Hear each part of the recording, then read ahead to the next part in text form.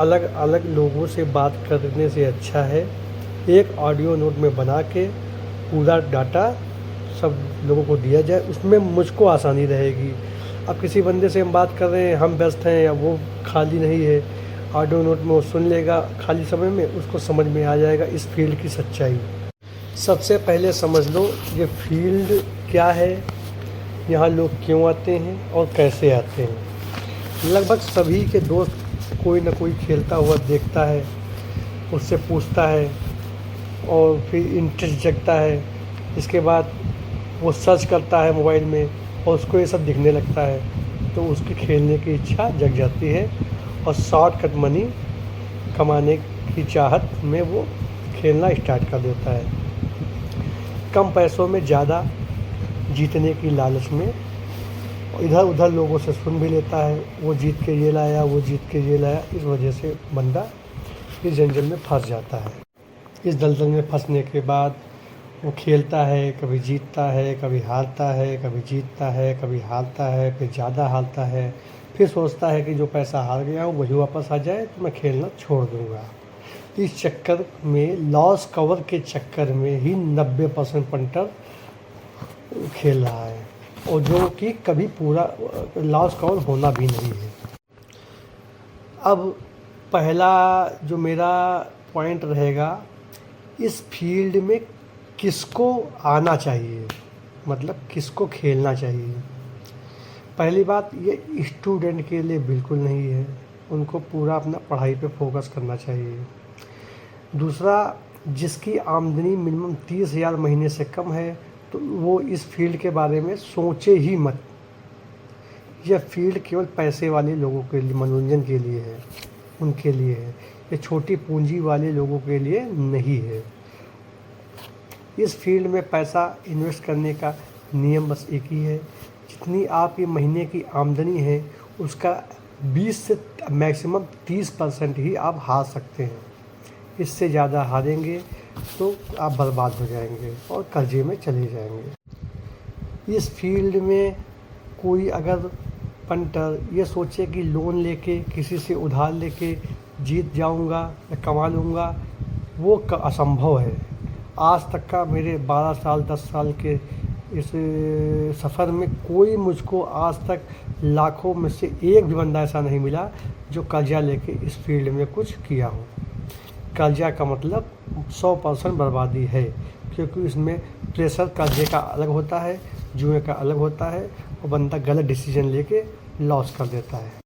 और जुए में जीतना असंभव ही है, क्योंकि जो जुआ बनता है वो ऐसी साइकोलॉजी से बनता है, ऐसी साइकोलॉजी से बनता है कि ऐसी उनके पास स्ट्रेटजी होती है बुकियों के पास, ऐसे सिस्टम से होता है कि वो ही जीतेंगे हमेशा। आप चाहे कुछ भी कर ले, 100 में से 95% लोग हारेंगे ही हारेंगे। इस फील्ड की यही सच्चाई है। इस फील्ड में सब कमाते हैं, टिपर कमाते हैं, बुक वाले कमाते हैं, ऊपर भाव चलाने वाले कमाते हैं, जो ऐड करते हैं वो कमाते हैं, सब कमाते हैं, केवल पंटर हारता है। इस फील्ड की यही सच्चाई है। इस फील्ड में पैसे कमाने के लिए क्या क्या करना है, उससे पहले मैं बता दूं, इस फील्ड में आने के बाद आपके साथ क्या क्या होगा। आपका सुकून, आपका चैन, आपकी नींद 100% उड़ जाएगी। आप समय के से डबल तेज़ी से बूढ़े होने लगेंगे। नींद पूरी ना होने की वजह से कई बीमारियां पकड़ने लगेंगी। आप चाहे इस फील्ड में जीते या हारें, नींद बर्बाद होनी है, चैन ख़राब होना है, घर वालों से दूरी हो जाएगी, सोशल मीडिया छूट जाएगा, सोशल लाइफ छूट जाएगी, कहीं जाने का मन नहीं करेगा, कुछ चाहे जितना अच्छा बना हो खाने का मन नहीं करेगा। आप चाहे जीते हों डोपामीन की वजह से, दिमाग में अत्यधिक खुश होने की वजह से, आप हारे हों टेंशन डिप्रेशन की वजह से, आपको खान पान सब डिस्टर्बेंस हो जाएगा। इस फील्ड में अगर आपने अपने ऊपर कंट्रोल नहीं किया, गुस्से से किया, तो ये फील्ड आप चाहे जितने अमीर हों, चाहे जितने गरीब हों, आप महीने में चाहे 50,000 कमाते हो, चाहे महीने में 5 करोड़ कमाते हो, ये जुए का जो वो साइकोलॉजी होती है वो अपने उसी पैसे और बंदे के हिसाब से ढल जाती है। इससे बर्बाद होना 101% तय है। इस फील्ड में 99% लोग हारते हैं। जो 1% जीतते हैं वो भी कोई बहुत ज़्यादा नहीं जीतते हैं। बाकी इस फील्ड में ये मान के चलना कि बर्बाद ही होना है 100%। जुआ कोई भी हो, जुए का आखिरी बर्बादी ही है। जुए की जो रास्ता गई है वो जो एंड होता है वो बर्बादी ही होता है। चाहे महाभारत से लेके देख लो, चाहे और किसी चीज़ को देख लो, जुए में जीतना असंभव है। जुए में कोई नहीं जीत पाया है आज तक, ये इतिहास रहा है। जुआ बनाया ही गया है हारने के लिए। जुआ केवल जो जुआ खिलाता है वही कमाता है। इसीलिए आज तक कोई बुकी नहीं लॉस में रहता है। अब बात करते हैं उन लोगों के बारे में जो इतना सब सुनने के बाद भी उनको खेलना ही खेलना है। तो आपको किन चीज़ों की जानकारी होनी ही चाहिए।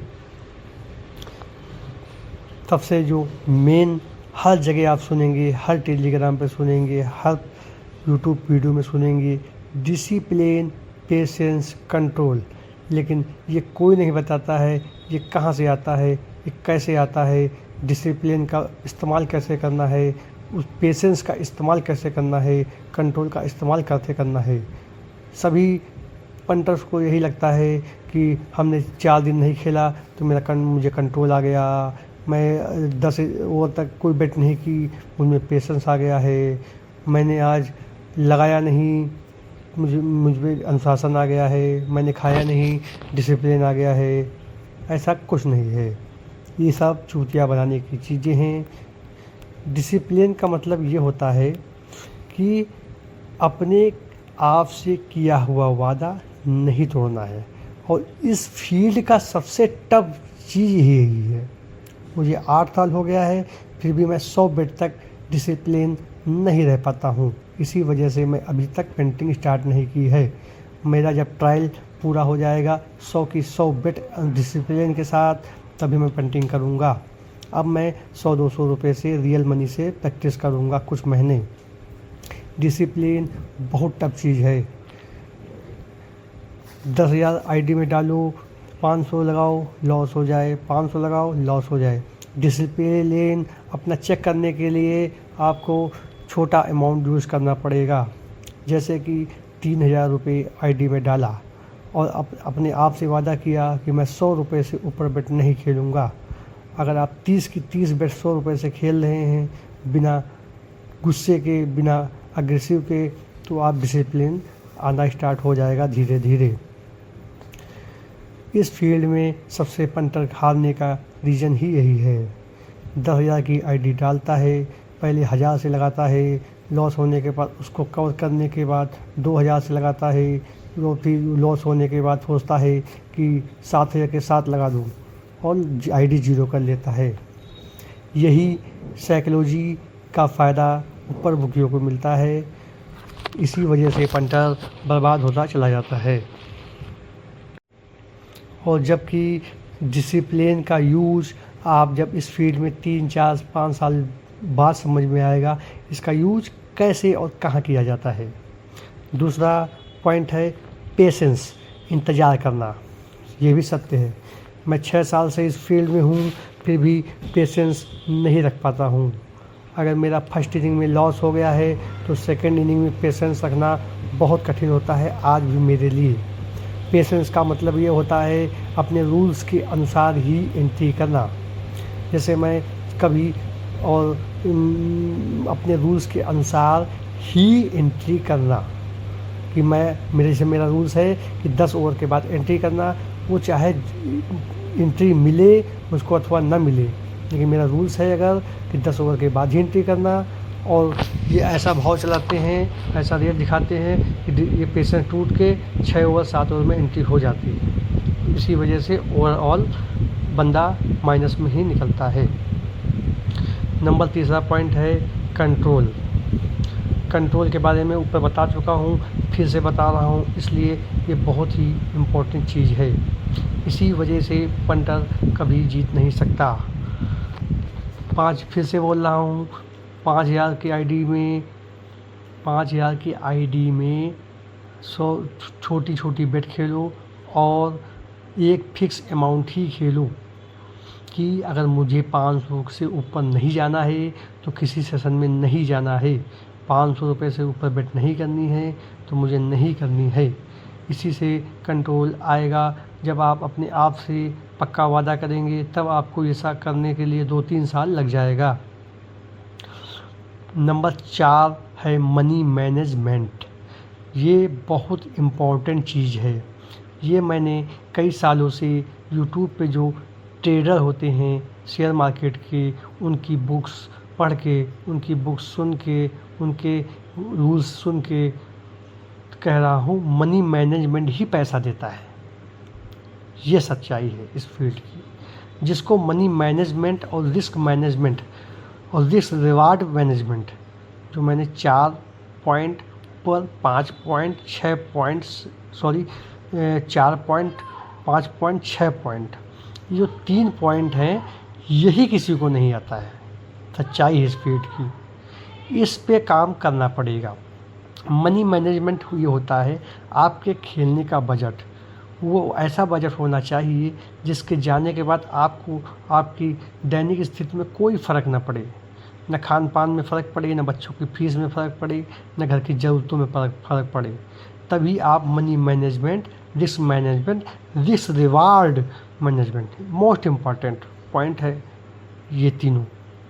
इन तीनों की वजह से जो शेयर मार्केट में ट्रेडर होते हैं बड़े बड़े, ये तीनों को कायदे से समझ के फॉलो करते हैं, जिससे कि उनकी एक्यूरेसी, मतलब अगर वो 100 बार जुआ खेलेंगे, देखो वो भी जुआ ही है इसलिए बता रहा हूँ, रूल्स एक ही हैं।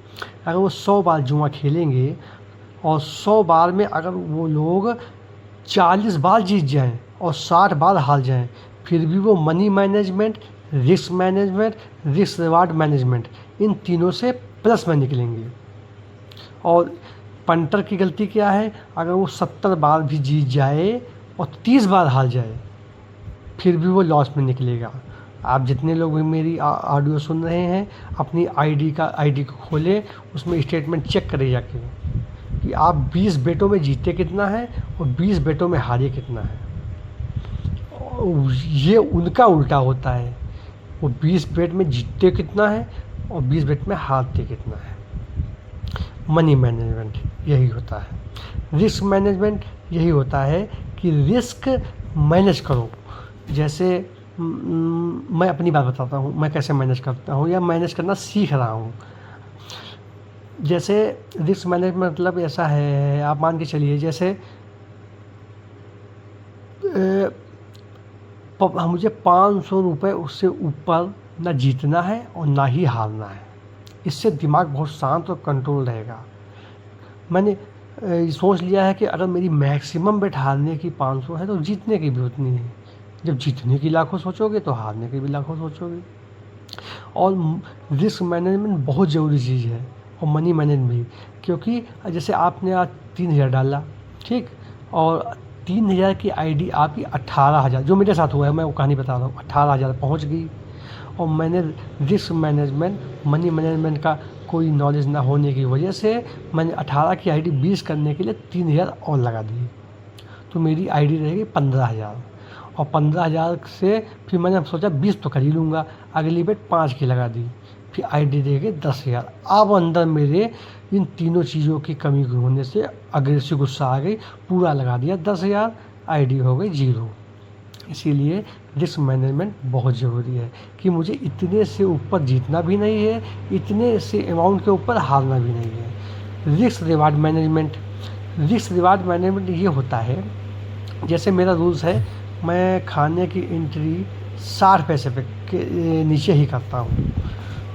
फॉर एग्ज़ाम्पल, अगर मैंने 600 रुपये यूज़ करके 1,000 रुपये जीता, तो मेरा रिस्क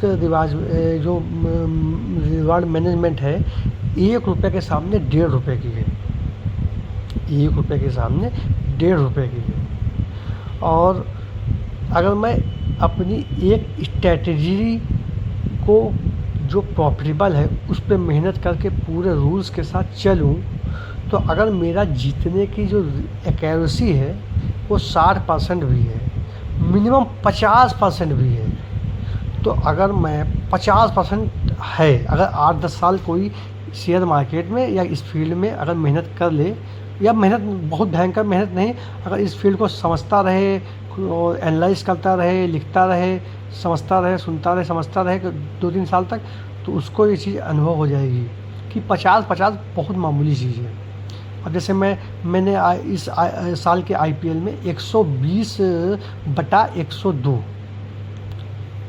समथिंग, मतलब कि 80% के ऊपर मेरी एक्यूरेसी गई है बेट की।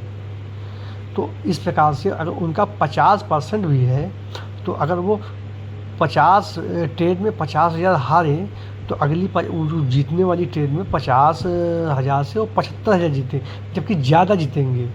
को किसी दिन 1.60 पैसे का भाव मिलेगा, किसी दिन 40 पैसे का भाव मिलेगा, लेकिन कुल मिला के वो प्लस में ही निकलेंगे। इसे रिस्क मैनेजमेंट कहते हैं। और जैसे 3,000 की आईडी आप खेल रहे हैं और 20,000 पहुंच गई और 0 हो जाती है, तो गुस्से में फिर दूसरे दिन 20,000 ही बंदे 10,000 डालते हैं बड़ा खेलने के लिए। ये लूप फॉल है इस फील्ड का, पंटर के हारने का कारण है कि आपको जब एक सेम अमाउंट फिक्स कर देंगे तो आप उत्तेजना नहीं आएगी, ना गुस्सा आएगी, तो आप ठंडे दिमाग से फैसले पॉसिबल ले सकते हैं। 7वां पॉइंट है प्लेयर नॉलेज।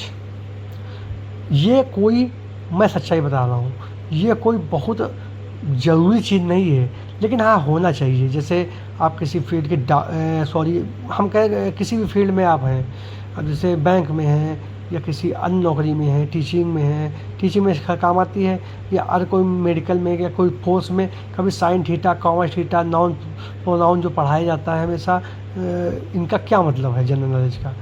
कोई बहुत ज़रूरी चीज़ नहीं है, लेकिन इससे जो है दिमाग पॉलिश होता है। इसी प्रकार अगर इसमें आपको 22 प्लेयर के बारे में नॉलेज है तो दिमाग पॉलिश होगा। ये नॉलेज कैसे आएगा? थोड़ा थोड़ा लिखना पड़ेगा और थोड़ा थोड़ा समझना पड़ेगा, पढ़ना पड़ेगा। और नंबर 9 पॉइंट है रिवेंज बेट। बहुत इम्पॉर्टेंट पॉइंट है। सबसे पंटर के हारने की वजह रिवेंज बेट है, और कोई वजह ही नहीं। अगर सही मायने मुझे आज ये लग रहा है कि अगर मैं जितना पैसा हारा था केवल इसी वजह से, रिवेंज बेट।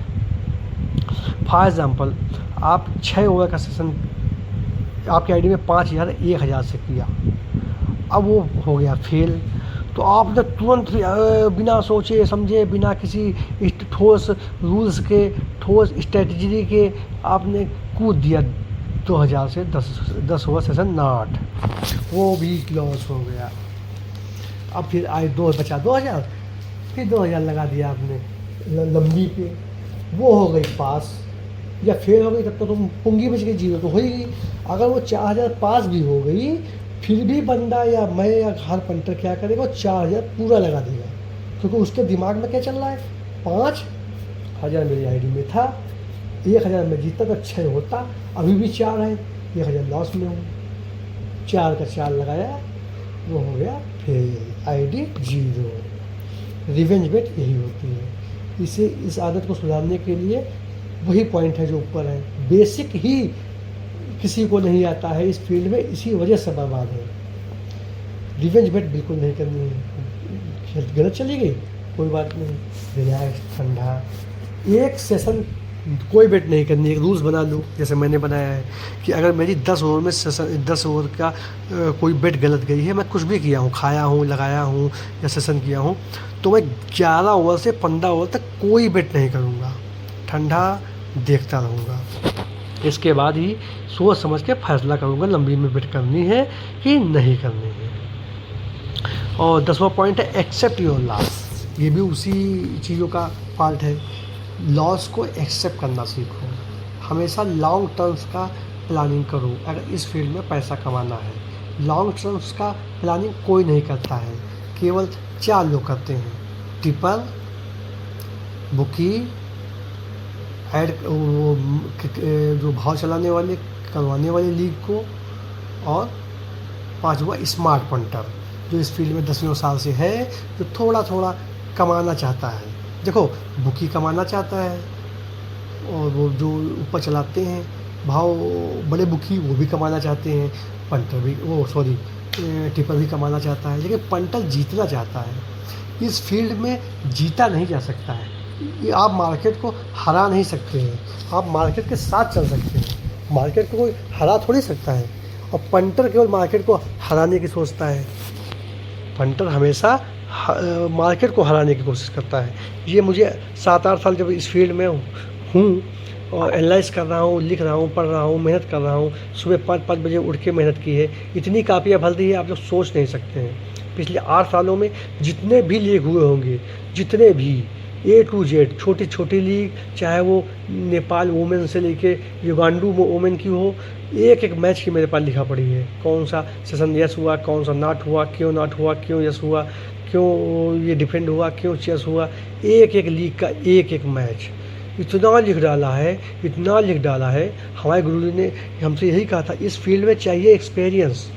जैसे आप वीडियो पर पढ़ा है, देख लीजिए। एक वीडियो में जो कि वो वीडियो है शायद कुछ 26 सेकंड का, उसमें आप देखना एक एक चीज़ लिखी है मैंने, कितनी मेहनत की है। सपना देखा था 6 साल पहले, nothing impossible, I am possible. जो मुझे इस फील्ड में मेहनत करके प्राप्त करना था, वो लगभग मैं प्राप्त कर चुका हूँ। अब वो रास्ता मिल चुका है।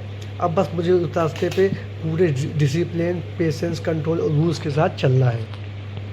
हाँ, हम लोग कहाँ पे थे?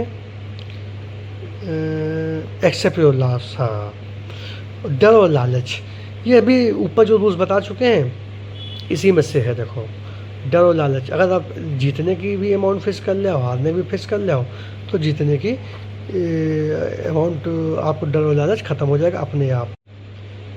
हाँ, पॉज किया था भाई। हम लोग कहाँ पे थे? हाँ, अब मेन है एक पॉइंट और है, 12वां विन करने की एज। ये मैंने सीखा था शेयर मार्केट के वीडियोस से। उसमें जितने भी ट्रेडर हैं, जितने भी जुआरी हैं, वो सब एज से जीतते हैं। मतलब एज से ही जीतते हैं पैसा, और एज से ही जीतते हैं ट्रेड, एज से ही जीतते हैं गेम। सारा खेल इसी चीज़ का है, एज।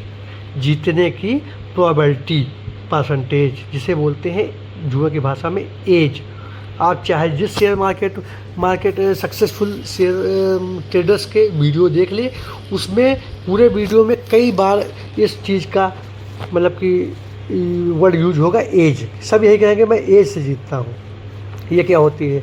देखिए, ये जो जुए का या शेयर मार्केट का जो ये भाव चलाने वाला या बेट्स होती हैं, वो इस प्रकार से डिज़ाइन की गई हैं, इस प्रकार से घुमावदार डिज़ाइन की गई हैं कि आप चाहे यस करें चाहे नॉट करें, 35 बार ही जीतेंगे, 65 बार हारेंगे। क्योंकि आप जिस साइकोलॉजी, जिस सोच के साथ यस कर रहे हैं, जिस साइकोलॉजी, जिस सोच के साथ नॉट कर रहे हैं, उस साइकोलॉजी, उस स्ट्रेटजी की मतलब कि एज ही है कि 65 बार आप गलत होंगे, 35 बार ही सही होंगे।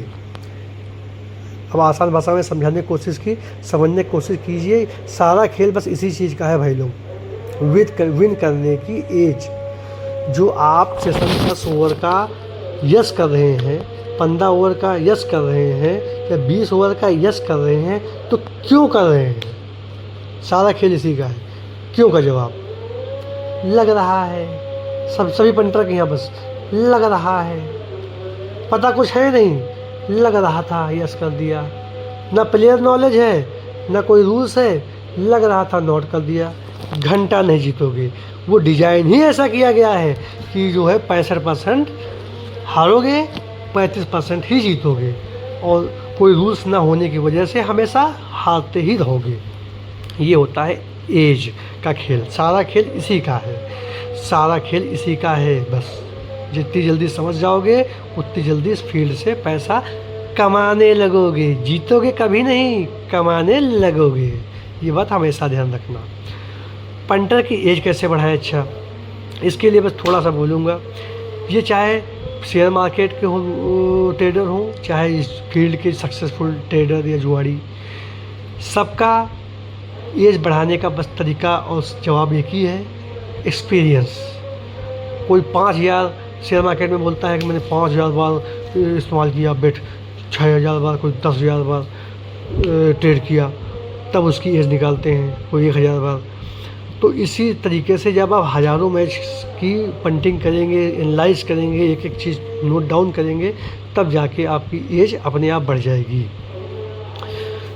नो डिस्टर्बेंस, हाँ, गेम मतलब कि आईडी में खेलने के समय कोई डिस्टर्बेंस नहीं होना चाहिए, एकांत होना चाहिए, कोई आसपास बच्चे नहीं होना चाहिए, फेसबुक, व्हाट्सअप, इंस्टाग्राम, टीवी, आसपास कोई भी डिस्टर्बेंस नहीं होना चाहिए।